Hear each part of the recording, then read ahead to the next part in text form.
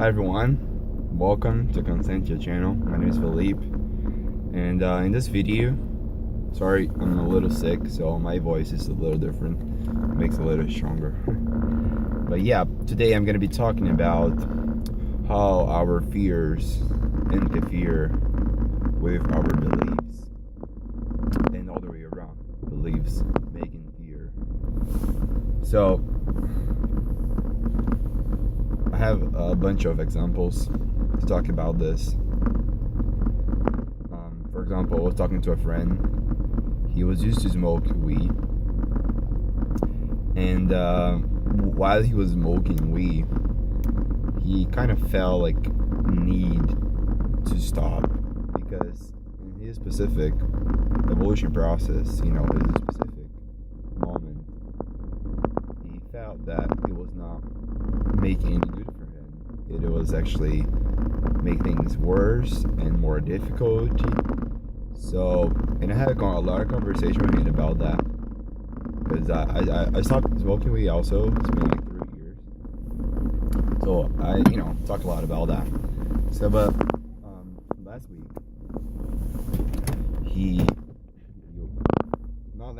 last week he was thinking about smoking again, but he was like, all right, I would smoke again, but if it was with these people or that specific situation. And then that made me think, and that it doesn't really matter what situation is. It doesn't really matter who is the person that you're gonna smoke with. This is only excuses. The only thing that matters is yourself. The situation and the people around you has nothing to do about who you are, because you can be among killers, and that doesn't mean that you're gonna kill someone. So at the first thing, you have to have a desire inside of yourself. You have to have some sort of connection to that specific thought or specific behavior. So the problem is not the situation itself. The problem is always you. There's a fear that drives, your needs, and then you try to fulfill those needs, and then you usually try to find excuses to do what you do. And going further with this thought, I've been noticing exactly that. We always have fear.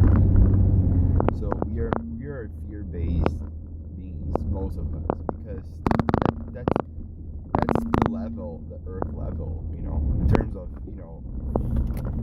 we are not that evolved society in terms of spirituality, right? So we have a lot of fear, a lot of ego in our actions. So, and I'm realizing this more and more.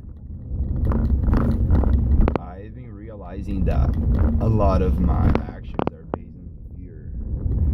But then you might ask, so how can I get out of this fear? What can I do to overcome this fear? And I would say the first thing is to find what is the fear. Because the real fear, the deep down, it's pretty hidden. You see the branches, but you can't see the source where the fear is coming from. For example, you are in a bad relationship with someone, and you fear losing the person. But then you ask yourself, oh, why do I fear losing this person? And then you start to kind of unfold all the layers of that specific fear. And then you can be like, oh, because if I lose this person, then, I'm gonna miss the person. But why am I gonna miss the person? And then you can find, okay, because person makes me happy in this specific area, in that specific area. So, and then, for example, this person makes me feel, wanted, makes me feel, I like to touch. So in those areas, but in other areas, it makes me feel sad. It doesn't like to listen to me. Fight with me all the time. So, but then you're like, okay, so I like what I miss the person. What are the needs involved with that specific? What I mean by what are the needs are. So what are the needs that make me want that person? So for example, so the person, I like the touch. I like the let's say the sex. I like the physical interaction. So and then you're like, oh, so I'm driven by my physical needs. I like to touch. I like to have someone to cuddle with. I like to be someone to be, touching and kind of feel the body. So that's based on the physical needs. So then you're like, okay, so then it's not a fear yet. So all the fears are based on your ego. It's easier to find your ego because your ego it's or all your beliefs are it's what you think you are, but it's hard to find the root of the fear that drives your ego to do the specific tasks, to do specific things. So and then you find like, oh, so I like the physical touch, I like the physically, I have to like the sex. So then you're like, okay, so what is my fear behind that? So it's losing those sensations, the physical sensations. But then you can go further. So why I'm fearing losing those physical sensations? Is it maybe because I am fearful of being alone? I'm fearful of left behind it and have no one. I'm fearful of not being loved and not being wanted. And so the thing is, to summarize what I'm saying is that it's always a fear behind our actions. And we have to learn how to look at those fears and be courage. Have a lot of courage to be and realize, oh yes, I have this fear. This fear is in myself. So this tells why I'm doing certain behaviors. The behaviors are not the problem. They're only consequences. They're only the side effect, the symptom. So you have to look on your fear. That's the cause. That's what is creating everything. So then you look at your fear.